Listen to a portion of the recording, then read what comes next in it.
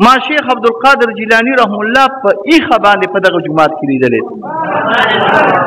ما امام ابو حنیفه رحم الله په ایخه باندې په دغه جماعت کې لیدلی ما حضرت شیخ ابوالحسن شاذلی په ایخه باندې په دغه جماعت کې لیدلی ما مجدد الافغانی سے په ایخه باندې په دغه جماعت کې لیدلی امت ته د توحید تعلیم ورکړي شي او د سنتو د رسول الله صلی الله علیه وسلم تعلیم ورکړي شي نو دا باطل پیران هغه چې ناستی دی عوامو ته نو هغه ورته وایي په الله مې دې قسمي وایي ما امام ابو حنیفه رحم الله علیه په ایحه باندې په دغه جماعت کې لیدلی و چې مونځ کو او ما شیخ عبدالقادر جیلانی رحمت الله علیه په ایحه باندې لیدلی و په خوب کې نه په ویښه باندې دا تصرف د ارواحو دی او که نه دی او د الله بندگانو دومره سوچ نه کوي چې دا کمې عقیدې مونږ د عوامو ته بیانو آیا په دې باندې د دین چې کومه اساسي عقیده ده توحید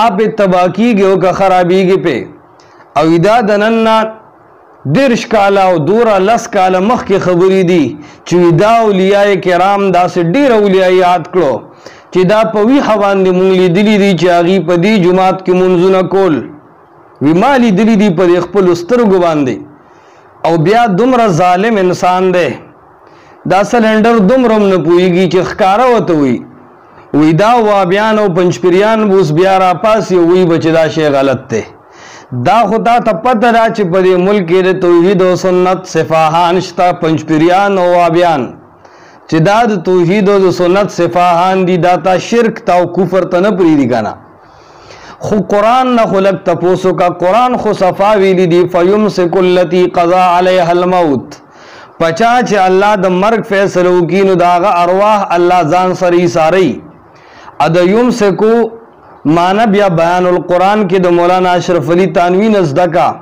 ځکه تم چې برې تاو کې نو زه حنفي یمه یا کله وایه زه دیوبندی یمه مونږ وایو حنفیت او دیوبندیت کې خو نجات شته دی نه خو کوې نو بیا به هم ښه افسوس دا دی چې نه تفسیر ماجدی د عبدالماجد دریا آبادي وګوره بیا لږ بره لاړ شه که څه علم سره د واسطه راغلي او علم مدرسه د په کاڼو نه ویشتې نو وګوره امام قرطبي معنی کوي فیمسک التي قضا علیها الموت هغه وایي فیمسکه ولا يرد الى ابدانها دا روح ارواح الله رب العالمین ځان سره ایساري او نه رالیږي د ارواح د بدنونو ته دوباره او مرګ ویم دیتا چې د روح او د جسد تعلق د یو بل سره ختم شي مفردات کی امام راغب مانا کی الموت عبارت عن زوال القوت الحیوانیت و ابانت الروح عن الجسد مرگ خوئی دیتا چې د جسد سره تعلق ختم شي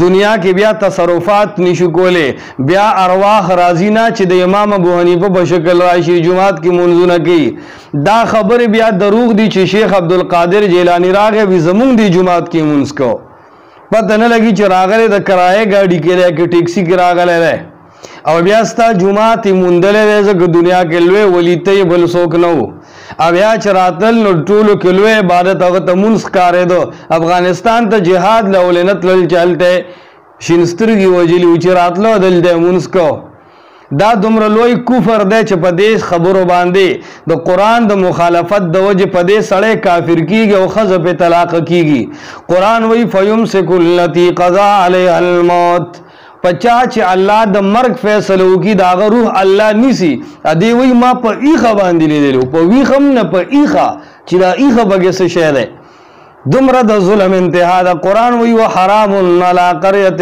اهلكناها انهم لا يرجون دا خو فیصله دا چې کوم کله کوم خلق الله هلاک کړل او مرګ پر راوستو نو انهم لا يرجون الله وی قانون دار چې دا خلق بیا دوباره دنیا ته راتلی نشي چې دنیا ته راتلی نشي نو امام ابو حنیفه څنګه ستا جمعات کې مونځ کو شیخ عبدالقادر جیلانی رحمت الله علیه څنګه ستا جمعات کې مونځ کو دا د افسوس خبرې نه دي.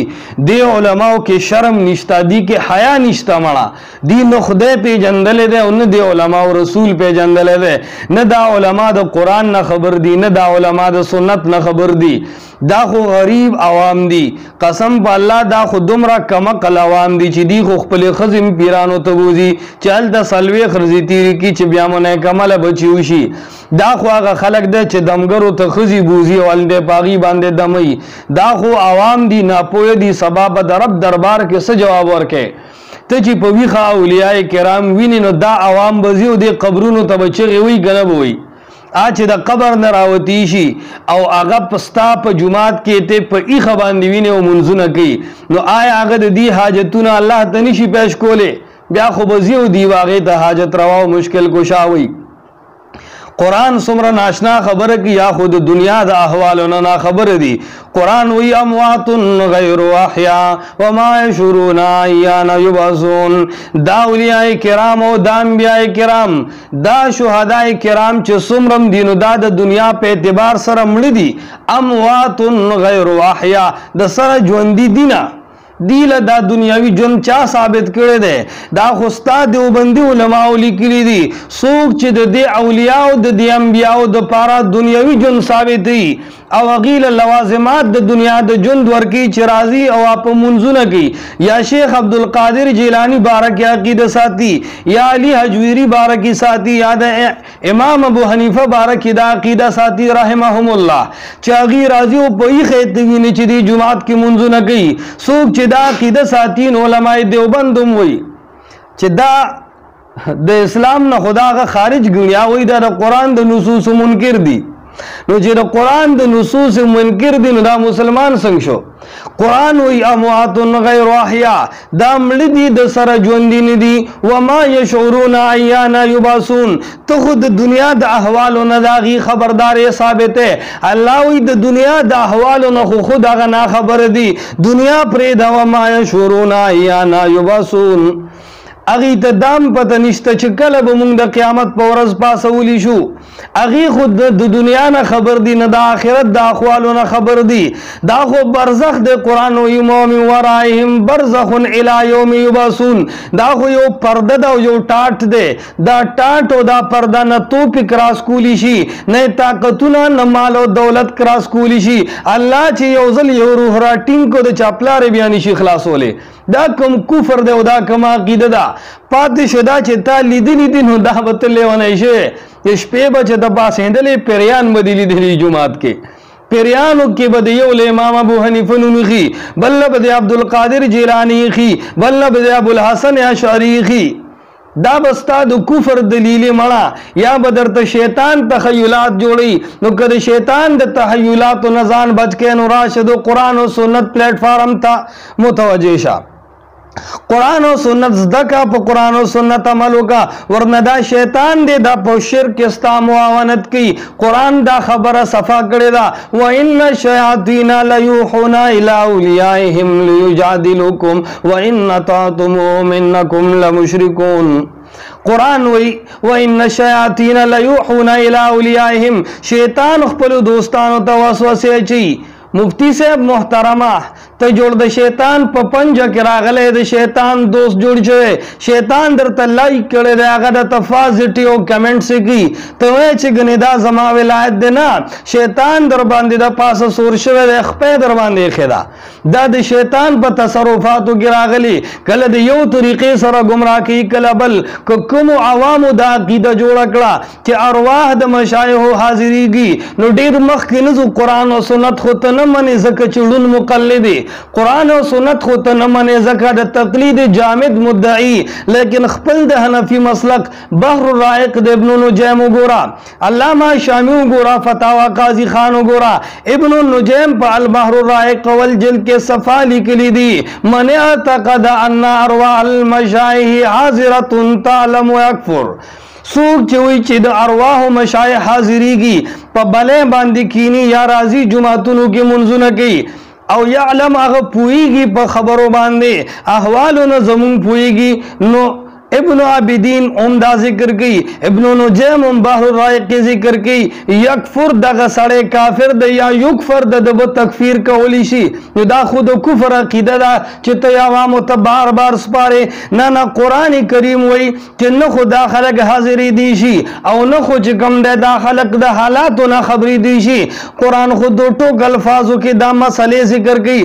قرآن وایي ومن اضل ممن يدعو من دون الله من لا يستجيب له الى يوم القيامه وهم عن دعائهم غافلون.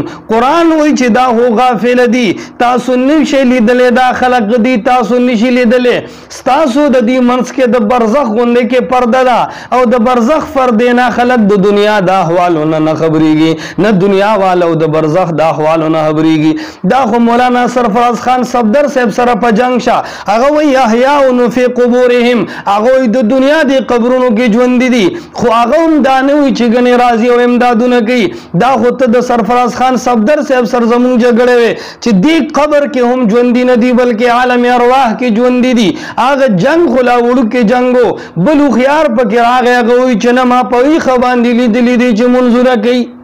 کم کفر دی او کم ظلم دی چې د دې عوامو د هغه کفر به مخنیوي کیږي. الله دې د دې عوامو تعلق د قرآن او سنت سره پیدا کی، او الله دې د دې عوامو تعلق او د دې علماو تعلق د قرآن او سنت سره پیدا کی. ورنه بریلیت او دا بریلیت نه دی، دا د شیعاګانو عقاید دي، خو ته په ام ام ای کې هم شیعاګانو سره اتحاد کې، نو په عقیده کې هم ورسره کې. دا د شیعاګانو د هغه اتحاد اثر دی مړه چې ته کله ارواح بلیل راځي، کله چې پلان کې ولی حاضریږي، د پلان کې د قبر نه خوشبو راځي، پلان کې فکشف و کرامات سره دا کارونه کوي. دا ټول دستا کفري نظریات دي. الله دې دغه عوامو د عقیدې حفاظت وکړي چې دا شیطان عالم ورته په منبر باندې ناست دی او دی ورته وایي چې یاره اولیاء کرام مې ولیدل، امام ابو حنیفه مې ولیدو چې هغه لګیا و دلته کې په جومات کې مونځ کو.